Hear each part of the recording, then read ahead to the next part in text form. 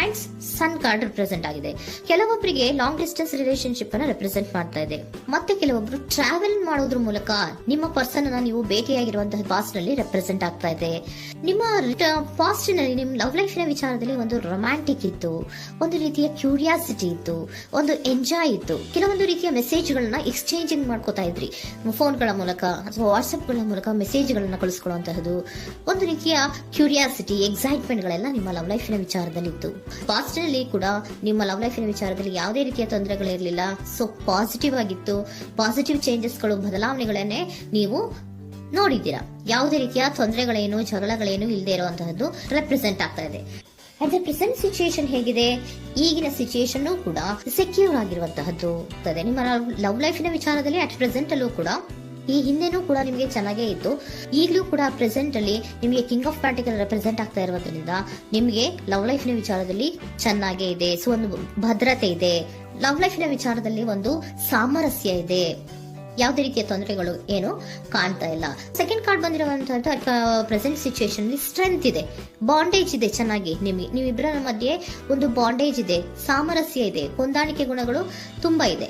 ಆದ್ರೂ ಕೂಡ at present ಅಲ್ಲಿ ಕೆಲವೊಂದು ವಿಚಾರಗಳ ಬಗ್ಗೆ ಅನುಮಾನವನ್ನ ಪಡ್ತಾ ಇರುವಂತಹದ್ದು ರೆಪ್ರೆಸೆಂಟ್ ಆಗ್ತಾ ಇದೆ. ಅಟ್ ಪ್ರೆಸೆಂಟ್ ಅಲ್ಲಿ ನೀವು ಕೆಲವೊಂದು ವಿಚಾರಗಳ ಬಗ್ಗೆ ನಿಮ್ಮ ಮೇಲೆ ನೀವು ಕೆಲವೊಂದು ಡೌಟ್ ಅನ್ನ ಪಡ್ತಾ ಇರುವಂತಹದ್ದು ರೆಪ್ರೆಸೆಂಟ್ ಆಗ್ತಾ ಇದೆ. ನಿಮ್ ಲವ್ ಲೈಫಿನಲ್ಲಿ ಕೆಲವೊಂದು ರೀತಿಯ ಭದ್ರತೆಗಳಿದೆ. ಸೊ ಯಾವುದೇ ರೀತಿಯ ತೊಂದರೆಗಳೇನೂ ಇಲ್ಲ, ಒಂದು ರೀತಿಯ ಗುಡ್ ಬಾಂಡೇಜ್ ಇದೆ. ಆದ್ರೂ ಕೂಡ ನಿಮ್ಮಲ್ಲಿ ಯಾಕೋ ಆತ್ಮವಿಶ್ವಾಸ ಇಲ್ಲ, ಆತ್ಮವಿಶ್ವಾಸದ ಕೊರತೆಗಳು ರೆಪ್ರೆಸೆಂಟ್ ಆಗ್ತಾ ಇದೆ.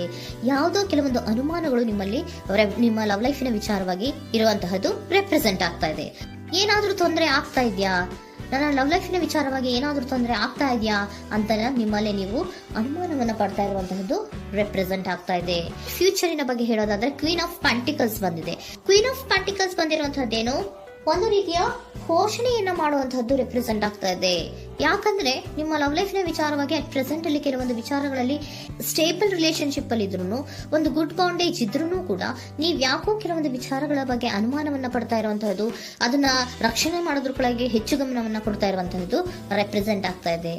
ಇಮಿಡಿಯೇಟ್ ಫ್ಯೂಚರಿನ ಬಗ್ಗೆ ಹೇಳೋದಾದ್ರೆ ನೀವೊಂದು ರೀತಿಯ ಘೋಷಣೆಗಳನ್ನ ಮಾಡುವಂತಹದ್ದು, ನಿಮ್ಮ ಲವ್ ಲೈಫಿನ ವಿಚಾರವಾಗಿ ಕೆಲವೊಂದು ರೀತಿಯ ಹೆಚ್ಚು ಗಮನವನ್ನ ಕೊಡುವಂತಹದ್ದು, ಯಾವುದೋ ನಿಮ್ಮ ವಿಚಾರಗಳಲ್ಲಿ ಹಿಡಿತದಲ್ಲಿ ಏನ್ ಇಟ್ಕೊಂಡಿದ್ರೋ, ನಿಮ್ಮ ಪೊಸೆಸಿವ್ನೆಸ್ ಅನ್ನ ಏನ್ ಇಟ್ಕೊಂಡಿದ್ರೋ, ಯಾವುದೋ ಕೆಲವು ವಿಚಾರಗಳಲ್ಲಿ ನೀವು ಬಹಳಷ್ಟು ಓಪನ್ ಅಪ್ ಆಗಿ ಮಾತಾಡದೆ, ಯಾವ ವಿಚಾರಗಳನ್ನು ಕೂಡ ಹೇಳ್ಕೊಳ್ದೆ, ನಿಮ್ಮಲ್ಲೇ ನೀವು ಕೆಲವೊಂದು ಬೇಜಾರುಗಳನ್ನ ಏನ್ ಇಟ್ಕೊಂಡಿದ್ರೋ ಆ ವಿಚಾರಗಳನ್ನ ನೀವು ಮಾತಾಡುವಂತಹ ಸಾಧ್ಯತೆಗಳು ಇಮಿಡಿಯೇಟ್ ಫ್ಯೂಚರ್ ನಲ್ಲಿ ಕಾಣಿಸ್ತಾ ಇದೆ.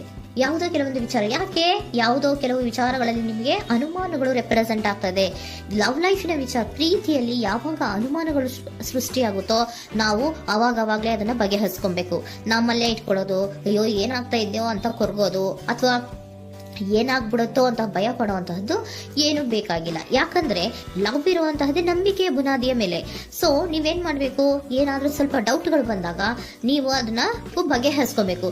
ಯಾವ ವಿಚಾರದಲ್ಲಿ ನಿಮಗೆ ಬೇಜಾರಾಗಿತ್ತು ಅದನ್ನ ನೀವೇನ್ ಮಾಡ್ಬೇಕು, ನಿಮ್ಮಲ್ಲೇ ಇಟ್ಕೊಂಡು ಕೊರಗಬಾರ್ದು. ಓಪನ್ ಅಪ್ ಆಗಿ ಮಾತಾಡೋದ್ರ ಮೂಲಕ ನೀವು ಕ್ಲಾರಿಟಿಯನ್ನ ತಗೊಳ್ಳುವಂತಹದ್ದು ನಿಮಗೆ ಇಮಿಡಿಯೇಟ್ ಫ್ಯೂಚರ್ ನಲ್ಲಿ ಕಾಣಿಸ್ತಾ ಇದೆ.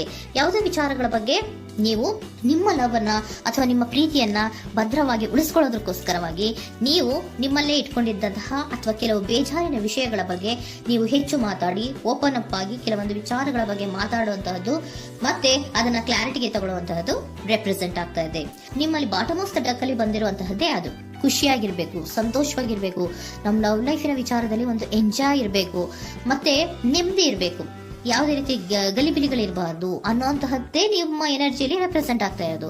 ಅದಕ್ಕೋಸ್ಕರನೇ ನೀವು ಏನೇನು ಕೆಲವೊಂದು ಸ್ವಲ್ಪ ಅನುಮಾನವನ್ನ ಪಡ್ತಾ ಇದ್ರಿ ಅಥವಾ ಕೆಲವೊಂದು ವಿಚಾರಗಳಲ್ಲಿ ನೀವು ಡಿಸ್ಟರ್ಬ್ ಆಗಿದ್ರಿ, ಓಪನ್ ಅಪ್ ಆಗದೆ ಹೇಳ್ದೆ ನಿಮ್ಮಲ್ಲೇ ನೀವು ಬೇಜಾರನ್ನ ಮಾಡ್ಕೊಂಡು ಏನು ಕೆಲವು ವಿಚಾರಗಳ ಬಗ್ಗೆ ಕೊರಗ್ತಾ ಇದ್ರಿ, ಅದನ್ನ ನೀವು ಓಪನ್ ಅಪ್ ಆಗಿ ಮಾತಾಡಿ ಅದರ ಬಗ್ಗೆ ತಿಳ್ಕೊಳ್ಳುವಂತಹದ್ದು, ಅದನ್ನ ಕ್ಲಾರಿಟಿಗೆ ತಗೊಳ್ಳುವಂತಹದ್ದು ನಿಮ್ಗೆ ರೆಪ್ರೆಸೆಂಟ್ ಆಗ್ತಾ ಇದೆ.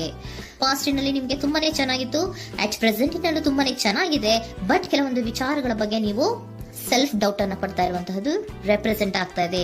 ಏನಾಗ್ತಾ ಇದೆಯೋ ಅನ್ನೋದ್ರ ಬಗ್ಗೆ ನೀವು ಸ್ವಲ್ಪ ವಿಶ್ವಾಸವನ್ನ ಕಡಿಮೆ ಮಾಡ್ಕೊಳ್ತಾ ಇರುವಂತಹದ್ದು ರೆಪ್ರೆಸೆಂಟ್ ಆಗಿತ್ತು. ಬಟ್ ಆದ್ರೆ ಇನ್ನು ಇಮಿಡಿಯೇಟ್ ಫ್ಯೂಚರ್ ನಲ್ಲಿ ಏನಪ್ಪಾ ಅಂದ್ರೆ ನಿಮ್ಮ ಲವ್ ಲೈಫ್ ಅನ್ನ ನಾವು ಉಳಿಸ್ಕೊಬೇಕು, ನಾನು ಎಲ್ಲವನ್ನ ನಮ್ಮ ಕಂಟ್ರೋಲ್ ಅಲ್ಲೇ ಇಟ್ಕೊಂಡು ಅಥವಾ ಪೊಸೆಸಿವ್ನೆಸ್ ಅನ್ನ ಬೆಳೆಸ್ಕೊಂಡು ನಾನೇ ಬೇಜಾರು ಮಾಡ್ಕೊಂಡಿದ್ರೆ ಸರಿ ಇಲ್ಲ, ನಾನು ಓಪನ್ ಅಪ್ ಆಗಿ ಮಾತಾಡಿ ಕೆಲವೊಂದು ವಿಚಾರಗಳ ಬಗ್ಗೆ ನಾನು ಕ್ಲಾರಿಟಿಯನ್ನ ತಗೋಬೇಕು ಅಂತ ಆಲೋಚನೆಯನ್ನ ಮಾಡ್ತಾ ಇರುವಂತಹದ್ದು ರೆಪ್ರೆಸೆಂಟ್ ಆಗ್ತಾ ಇದೆ. ಓಕೆನಾ, ಒಂದು ಏಂಜಲ್ ಗೈಡೆನ್ಸ್ ನ ನಿಮ್ಮ ಲವ್ ರೀಡಿಂಗಿನ ವಿಚಾರವಾಗಿ ತಗೊಂಡ್ಬಿಡೋಣ ಅಲ್ವಾ. ದ ಸಿಚುಯೇಷನ್ ವಿಲ್ ಇಂಪ್ರೂವ್, ಸಿಚುಯೇಷನ್ಗಳು ಇಂಪ್ರೂವ್ ಆಗತ್ತೆ. ನೀವು ನಿಮ್ಮಲ್ಲೇ ಇಟ್ಕೊಂಡು ಹೊರಗಬೇಡಿ.